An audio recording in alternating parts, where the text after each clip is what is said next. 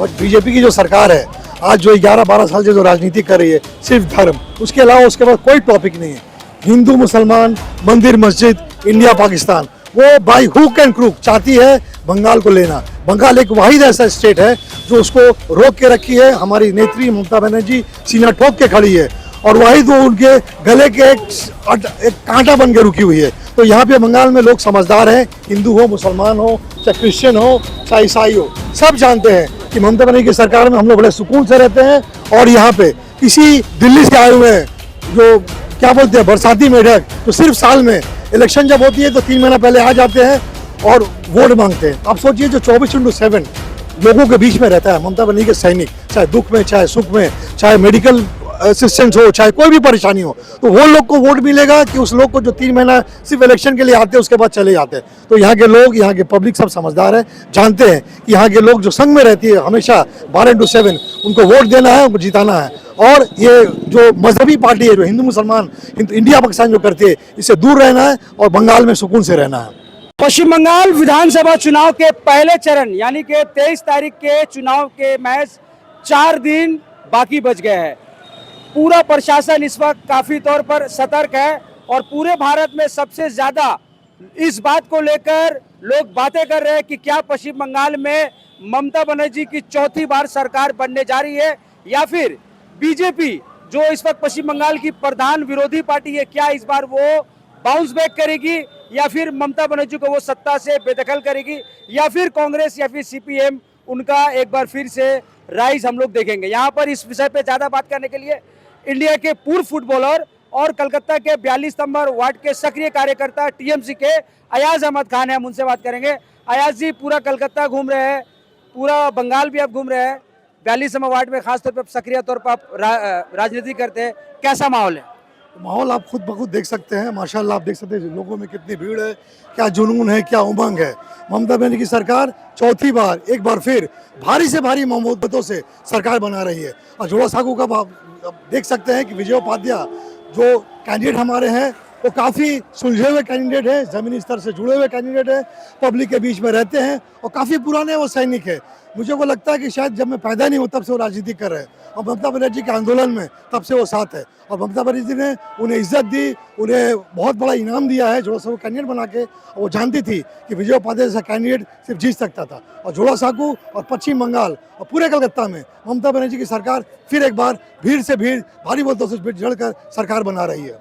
क्या धर्म कोई मुद्दा है? क्योंकि कुछ पार्टियां सीधा धर्म की बात कर रही है, सनातनी और गैर सनातनी की बात कर रही है। देखिए धर्म, ये बीजेपी की जो सरकार है आज जो 11-12 साल से जो राजनीति कर रही है सिर्फ धर्म, उसके अलावा उसके बाद कोई टॉपिक नहीं है।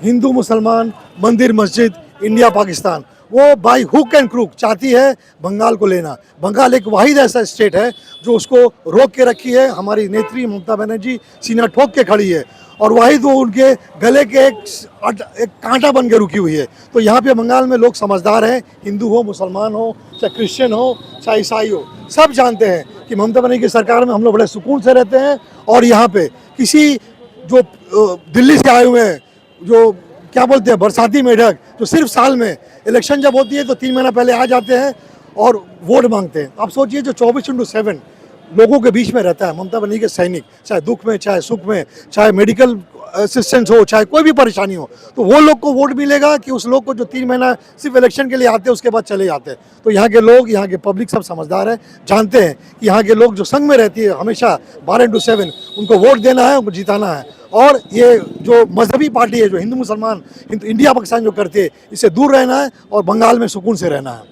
आप लोग 1500 रुपये दे रहे हैं लक्ष्मी भंडार, बीजेपी कहती है कि हम आएंगे तो 3,000 देंगे। देखिए बीजेपी जुमलाबाज है, पार्टी है, वो सिर्फ कहती है और कर नहीं रही है। ममता बनर्जी जो कहती है वो करती है। दिल्ली में तो अभी उन्होंने कहा था कि 15 पैसा देंगे, आज तक कोई पैसा दिल्ली में नहीं किया। और देखिए दिल्ली का हालत क्या है, वो नफसी का हालत है। आप बिहार देख सकते हैं, महाराष्ट्र देख सकते हैं, यूपी देख सकते हैं। तो बंगाल के लोग हमारे समझदार हैं, वो जानते हैं, पढ़े लिखे लोग हैं, हिंदू हो, मुसलमान हो, बंगाली हो, जो भी हो, सब सुलझे हुए इंसान है। वो चाहते हैं कि सुकून से चाहिए। और बीजेपी ऐसी सरकार है आने के बाद आपको बोले कि ये कपड़ा आप नहीं पहन सकते, मछली भात खा नहीं सकते, ये मस्जिद भी जा नहीं सकते, मंदिर में जा नहीं सकते। ममता जी की सरकार में ऐसा कुछ नहीं है। हम लोग खुलेआम, खुले शाल की तरह जीते हैं और बंगाली पर्व में हम लोग खुद जाते हैं मुसलमान होके, और ईद के दिन हमारे बंगाली हमारे घर में आते हैं। तो ये चलन है बंगाल में, और ये ऐसा माहौल है कि यहाँ पे बीजेपी और अमित शाह और योगी और नरेंद्र मोदी 10 लाख रुपया देंगे यहाँ की औरतों को, तभी यहाँ वोट सिर्फ ममता बनर्जी को मिलेगा। भ्रष्टाचार तो बहुत बड़ा मुद्दा है। पार्थो चट्टोपाध्याय आपके पार्टी के नेता थे, उनके घर से नोटों का बंडल पहाड़ निकला, और भी बहुत सारे मंत्री जेल भी गए। इससे आप लोग कैसे लड़ पाएंगे? तो जब भ्रष्टाचार हुआ, जब उसको प्रूव किया गया, संग संग हमारी सुप्रीम ने उन्हें निकाल के बाहर फेंका, she was thrown out of the party. ये सबसे बड़ा सबूत है।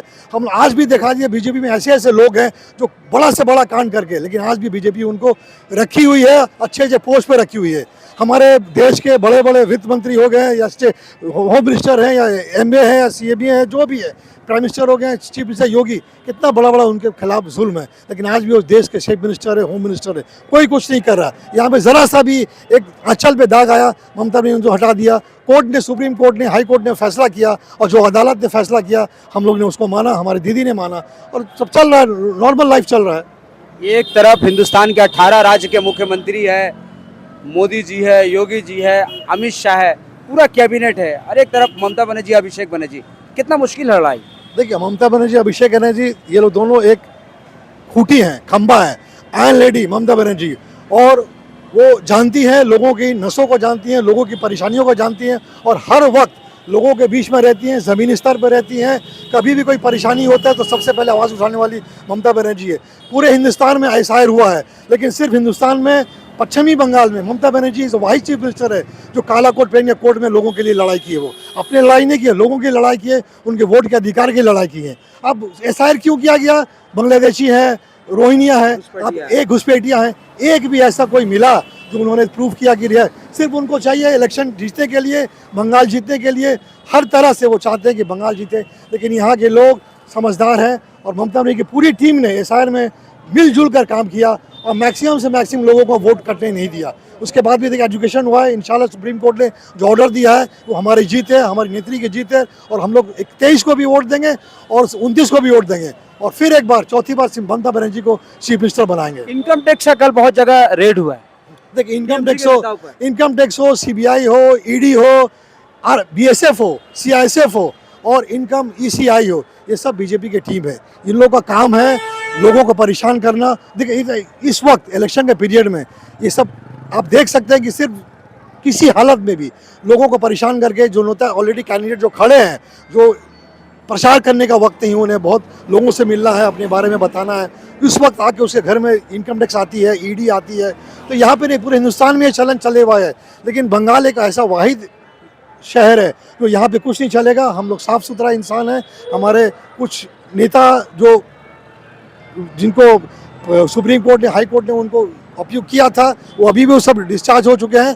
और इस बार मैंने बार बार एक बात तो कहता हूँ कि ममता बनर्जी और ममता बनर्जी के यहाँ पे बंगाल के लोग सुकून पसंद लोग हैं, अमन पसंद लोग हैं, वो सब एक साथ रहते हैं, हिंदू मुसलमान सब एक साथ में रहते हैं, कहीं ना इत्तफाकी नहीं है। और ममता बनर्जी के जितने कैंडिडेट खड़े हैं 294 सीट में, सिर्फ एक ही चेहरा है, ममता बनर्जी का चेहरा। लोग उनको देख के वोट देते हैं, और 294 सीट फिर एक बार हम लोग कम से कम 2 से 30 से 35 सीट हम लोग बना रहे हैं। बनाने के बाद हम लोग फिर सरकार बना रहे हैं। आप स्पोर्ट्स के आदमी हैं, इंडिया के लिए फुटबॉल खेल चुके हैं। खेला होवे जो बहुत मशहूर नारा 2021 में ममता बनर्जी ने दिया था, लेकिन 26 में नारा उनका ये बदल गया। क्या लगता है दीदी, डर रही है बीजेपी से? कुछ डर ही नहीं है। देखिए, 2021 में बीजेपी जब आए थे यहाँ पे, वो नारा दिया था कि अब की बार 200 पार, उनका भी नारा बदल गया। कोई उनका कमेंट ही नहीं है, कहीं कुछ सवाल ही नहीं है, सिर्फ कुछ बोलने ही उनके पास कुछ है ही नहीं। ज़मीनी स्तर से शुभेंदु अधिकारी ने फर्स्ट बार जब उन्होंने भवानीपुर में कैंपेनिंग किया था तो कहा था मैं 25,000 वोट से जीत रहा हूँ। उसके बाद जब उनको लगा कि ज़मीन उनका खिसक रहा है, खुद उन्होंने कमेंट दिया, किसी मीडिया आप देखे होंगे कि नहीं अभी एटा बोले दिला एटा होबे ना। तो उनको पता है, बीजेपी को पता है कि उनका ज़मीनी स्तर फूट चुका है। अब देखिए, कोलकाता पोर्ट में हमारे राकेश सिंह कुछ ही दिन पहले, 2-4 दिन पहले अभियुक्त थे, वो कोर्ट से उन्हें जमानत मिली है, और ऐसे ऐसे कैंडिडेट को बीजेपी कैंडिडेट बनाती है, तो कैसे लोग जीतेंगे? लोग जानते हैं कि यहाँ पे चोर चमार नहीं चलेगा, सफ़ेद लोग चलेगा, अच्छे इंसान चलेगा। और हम दीदी जीती थी, जीती है, और इंशाल्लाह जीतते रहेगी। भवानीपुर में भी तो टफ चैलेंज लग रहा है ममता बनर्जी। चैलेंज हम बोलने वाला, देखिए पूरे बंगाल में टफ चैलेंज बताया जा रहा है, कहीं भी ऐसा कोई जगह नहीं है। 0 फॉर ऑल आउट, ये मेरा कहावत है, 0 फॉर ऑल आउट बीजेपी। कुछ सीट अगर मिल जाएगा तो मिल जाएगा, लेकिन मैक्सिमम से मैक्सिमम सीट हम लोग लेके सरकार बना रहे हैं। आप टीएमसी स्पोर्ट्स सेल से भी अब जुड़े हुए हैं और उसके नेता बावन बंदोपाध्याय आज रैली कर रहे हैं। बावन बनर्जी का जो जोश है उसको देख के क्या बोलेंगे? देखिए, बावन बनर्जी एक ऐसा इंसान है, मतलब वन मैन आर्मी। बावन बनर्जी वो हर चीज़ में आगे रहते हैं और एक वाहिद ऐसा सैनिक है जो किसी किसको मतलब अपने, अब ये देखिए भीड़ कितना उमड़ा हुआ है, अकेला बावन बनर्जी का लोग से मोहब्बत से, उनके चाहत से लोग यहाँ पे आ जाते हैं। अब बावन बनर्जी का मैं एक पुराना भक्ति हूँ, मैं एक पुराना एक साथी हूँ और स्पोर्ट्स से जुड़ा हूँ। और बावन बनर्जी को किसी नाम का मोहताज नहीं है, किसी तारुफ का मोहताज नहीं है।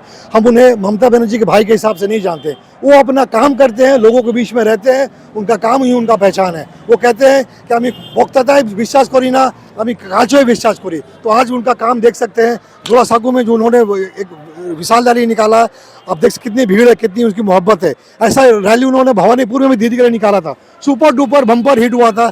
आज भी देखिए लोग कितने बढ़ चढ़ कर हिस्सा लेने आए। तो बावन बनर्जी किसी नाम का मोहताज नहीं है, उनके चाहने वाले बहुत हैं और आने वाले दिन में इंशाल्लाह मेरी दुआ है कि उन्हें भी एक अच्छा से अच्छा जगह मिले।